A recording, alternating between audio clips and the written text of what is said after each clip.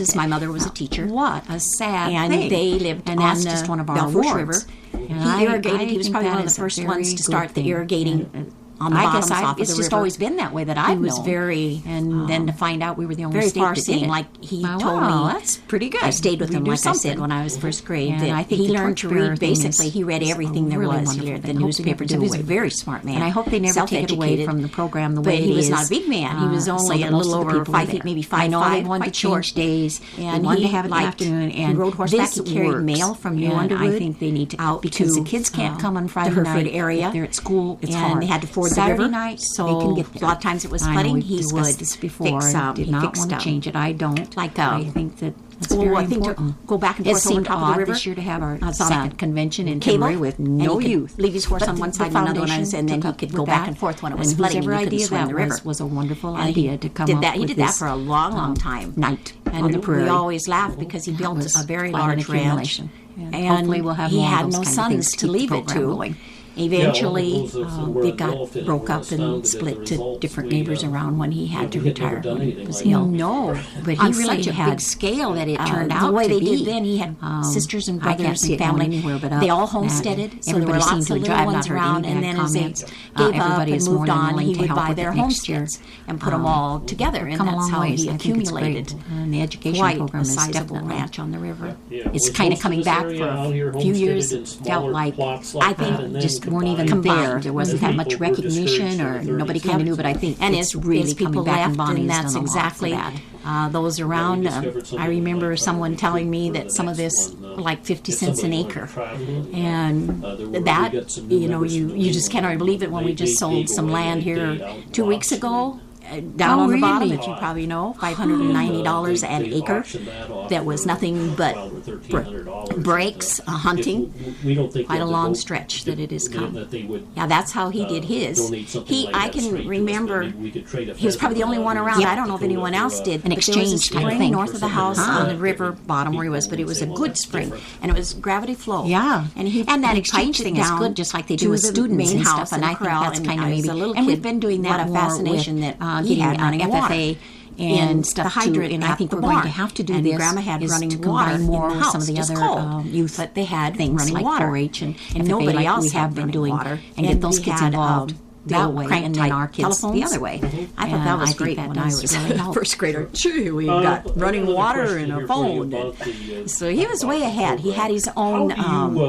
Well, speaking you serve No, on the education and he had council. electric plant. That's what I want to say, because we had electricity. What's the process like? Yes. We're living high on the tech It was just unbelievable. I didn't know anybody else around that had anything like that. But Grandpa was quite.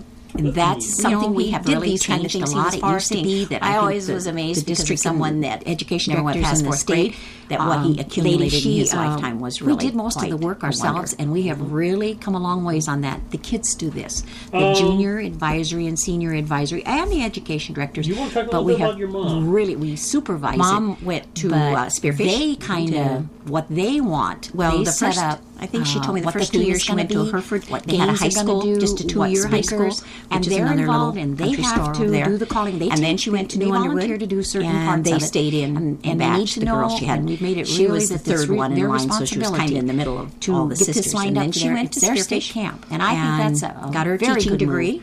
And then these kids she to be and my involved dad and married. do She it, taught, and not the first year. education Then leaders she never taught doing it. after that. You just can the be one there, year, and because we by are that as a time supervisory, all of us little ones were and coming we along. help with some of it. But she was a good Most of it, teacher at they home do to it. us. She And I was think that is really good because kids had know what such kids a knowledge. want. She could. There And wasn't all any we have words to she do is couldn't supervise spell for it. you. Or we right can't out. do She was that. That's very- going a little too and far. beautiful And handwriting. Bonnie does a good job with that, And worked she gets very a hard lot because out of those then kids. she would be out And with Dad, They, and they a would lot do more the than farming they ever together, used to. the haying You just or whatever. went to camp that And, week at camp, me and being the oldest, you didn't. I'd be in the do house all the watching all the planning, younger all the ones work, and they getting do that now. dinner ready or That's exactly whatever. what we're doing. So, And I like think it's a most great wives, move. then they worked pretty hard.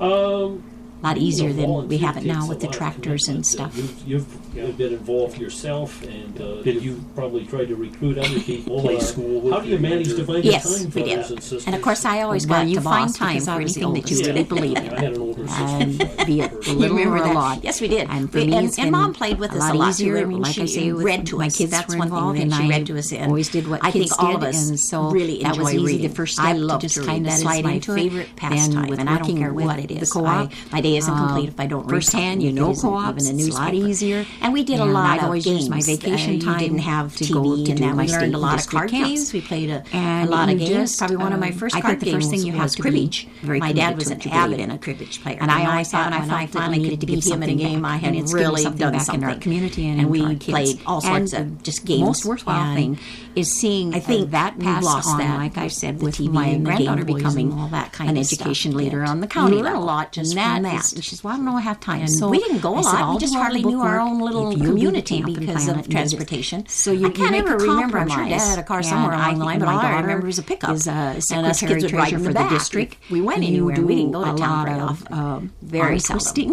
Dad would go when he had to. And they get them to help me with the camps. My grandparents, when they had kids going, then they really like it. And I get the parents quite often because if you're going to bring your kid just like they did me, then maybe you want to stay and help. Or father died of parents to get together and say, one of you bring a carload, and one of you come and raised his younger kids so they can kind of brothers and sisters. And his youngest brother was only 2 or 3 years old when his dad died. I'm busy. So Dad raised him with us. Everybody thought he was my brother, but he was my uncle. And he was only 5 years older than I was. And he spent most summers with us. A lot of things when he got older and to go to school. President of our extension club. I belonged to the American Legion. My grandma was really, at a very young age, she had you just whole family to take care of. And at the time, they lived out here at Club Farmers Union. But then give them more volunteer time. But a lot of them will work together. Get a job or something. That you can kind of combine it. And I just really felt sorry. He never. My dad was his dad. That's about how it came. Go and say, can you help me today? Maybe they don't want to do it every time. And my grandma raised 2 others, but kids, they're really good about helping. They were kind of related. I think they were cousins, and I don't know quite what happened, but something. And so she took them in and raised them until they were. I have and all the rest of the family would help out too. But that's just how they did that. And I've been really proud. Something happened. I think the proudest thing was whatever. So I never knew until I was older that some of these were related to me. They were just there. My grandchildren have won the scholarships. Okay. And that's another thing that I really stress in these kids. Hey, you don't have to be super smart or anything, but you come and you do all your stuff and achieve every year. And then you can apply for these scholarships. Never wanted to leave here. And that's one thing I've always, this has been our roots. And I didn't care. One granddaughter I went to college to teach. Being a leader. And got a national one. And I decided that was a feather. I really didn't. But of course, I guess I do it now with the younger kids. But as far as teaching, like the teachers are nowadays, I don't think I would have. They see that ever cared for that. If you really want to try, I'm getting married and raising kids of my own. A lot of them. But I knew that I absolutely did not want to live in town. I hated it all the while I was in high school. And then you lose them when they start. Wait for the weekend to come to high school that don't actually achieve the whole way. Gardening, I like the land. You get them for a few years. I had no desire. I like to travel and go see things, but I like to come back here. They remember. You want to talk that is probably is that a kind of or at least for some kids a traumatic thing, obviously to have to go and live away from their parents. We've talked about some of very hard. The various when you have been used to a big family and you're all together in evenings, and when it was hard for me having to do it in the first grade, so maybe it was a little easier when I had to go to high school. But I didn't like it to begin with. I liked it wasn't that hard because I couldn't wait for Friday night to bring home or something, and they didn't have to go on to a job. Or I didn't like all in something else. The noise. The first year, I think I was terrified. Enjoyed. I was afraid I couldn't find my way to and from school, helping with because I stayed with an aunt, and I was clearly really good at side of town. Maybe. And you have to with the books and ones that are really good at the music part or ones that are good with the handicraft. And so you kind of get them on and you got more that way. I had never even been in the school not so hard to begin with. I didn't think I had much problem with getting in the school to begin with. And it's getting harder and harder. Upperclassmen like to lead you astray. And if you ask for help, you probably got sent to the boiler room like I did. Bring them and drop them off. And so you're late to class. Come back and pick them up. Now kids are more involved. They say, well, they can come, but I can't stay and help 4-H. So you end up. I didn't have that. No extra help. Didn't have anything other than just your own little family. Is not the older youth. My folks didn't belong to Farmers Union, and it was just getting started. Probably as good as anyway. They're learning too. Just didn't have time for a lot of that things. Schools, grade schools. Sunday maybe if you went to the neighbors, you mingle them together, right? Close, help with each other for a Sunday dinner back and forth. We had certain ones. My mom's kids to state camp by when they were out the seventh grade, our outing had the comment school picnic at the end of the year that I had where my granddaughters, all the families got together, and the comment there from some of the other older ones. That was always a lot of fun. We don't think they should be able to come yet. They're too young. No, it was not. And my granddaughter stood up and she said, school. That's what was really. It's just like our county camps, and just like our families. The older ones, being the oldest, we really needed the income, so I put myself how to do it. She said, I don't think it's bad. And boy, she gave a nice little. I was so proud of her for standing up and saying, and it's true. That's the way it is all the time. In the older ones can help with the younger ones. Working, we had a theater at that time. There you got your volunteer help. Whatever was available after hours, but most of them had to be so I could go home Saturday and Sunday. So I did not like to have to stay in. Probably less. There are a number of influences there, and you might want to talk about some families. Was that later on? I haven't had any problem down on the lower level. Richard told me they're younger, I suppose, in the county and the district. And I start right out to begin with when they come to camp. By the time my kids went to high school, jackknife. That's what a lot of them did. And just little things. We had thought about it when our oldest started. We knew we were going to have to do something because of the expense and everything. State camp. And then I was fortunate to have the manager come and ask me if I would come and do books. They needed some help. It is. You just can't hardly believe it. And the funny part of it is that is not what I went to school for. Not at all. When you have to call some in high school, you don't in shorthand and all that. But just because it was business courses, they have to come and get them. So I got the job, and I was very surprised. In 1970, I guess I shouldn't have been, but the parents had to start reacted that horribly to high school, so that solved that problem for the child. We boarded him out. He just went out and said, Patty and Richard, that's what they decided to do. Very her. She went back to terrible to get her degree. How could he afford? So she stayed in. Of course, everyone we had the families were. That's what they did. River. And then they had to come a long ways. A couple of years, a couple of mine stayed. They bring alcohol, and it says right to go to high school that they cannot. And then later on, when we had more of them in high school at a time, we rented a little house. When that parent came unglued and had a fit, and everybody said, "Oh, but you're in trouble." And you know, we didn't. I think when they had the right background, the police, your kids know what they can and can't do, and let the people that we rented the little house from put them in jail. They were so thrilled, and he hated it when we no longer needed it because we just kept it year-round lesson. And he said, it was so nice. Some people would not rent. The parents to kids because I did not stay in there. They're too involved. He was too busy. And when you say, "Well, I'm going to put 3 teenagers in here," where did he get them? You can imagine from home. He brought it from home. 3 college kids. Right. That is the biggest challenge. And it was for us. It worked. I'm sure for others it wouldn't. Than the kids. But the kids had always. That's the way they know their parents are going to react. Like I say, my youngest was. And it was 9 months when I started to work. He said, "Well, I'm not ever going to send my kid to camp." The older ones were going to do the babysitting and helping with the house and everything at home. You have to make an example. And all the other kids knew this was going on. Got along fine. So if we did nothing, the only thing is, a lot of times they had a lot of people's other kids there because it was place rural kids kind of tend to go to a place where there are other rural kids that we know. And they did go there a lot. That was a hard thing. We always knew who was there. And we took them in and interviewed them separately. I thought it worked. Bonnie did maybe it wouldn't for others. Fantastic job of the way she handled it. Okay. With each and they knew, and Daryl get married? And there were probably others that we didn't know. But we've not had that again. And you have how many kids now? One time when I was there, we had to send when we had our last night. At that time, our oldest we said they could stay. Daryl Wayne, of course, named after his dad. He lives out of Sturgis and all that. He had to stay in the place there. He's a carpenter. He's in business for himself. He's been in the National Guards for 30 years, I guess now. And it was the only good thing was it was last night. He didn't. He had to go. They were able to get on the bus next day, but they should have had Colorado and help with training. Should have been expelled. And he had to go to Texas. But he is on their a couple of national shooting team. He goes all over the world shooting. Unbelievable. Where he has been. A couple of them were and traveled, and so then state officers with training children, younger ones in the Guard. And that is a real big problem when you have. You feel they should know, there, yet they're just like the others. He was in Panama for 6 months when they were having some problems there, and it's really changed that way. We have to been over in those other countries, in France and England and all that, but he's never been over there during the war.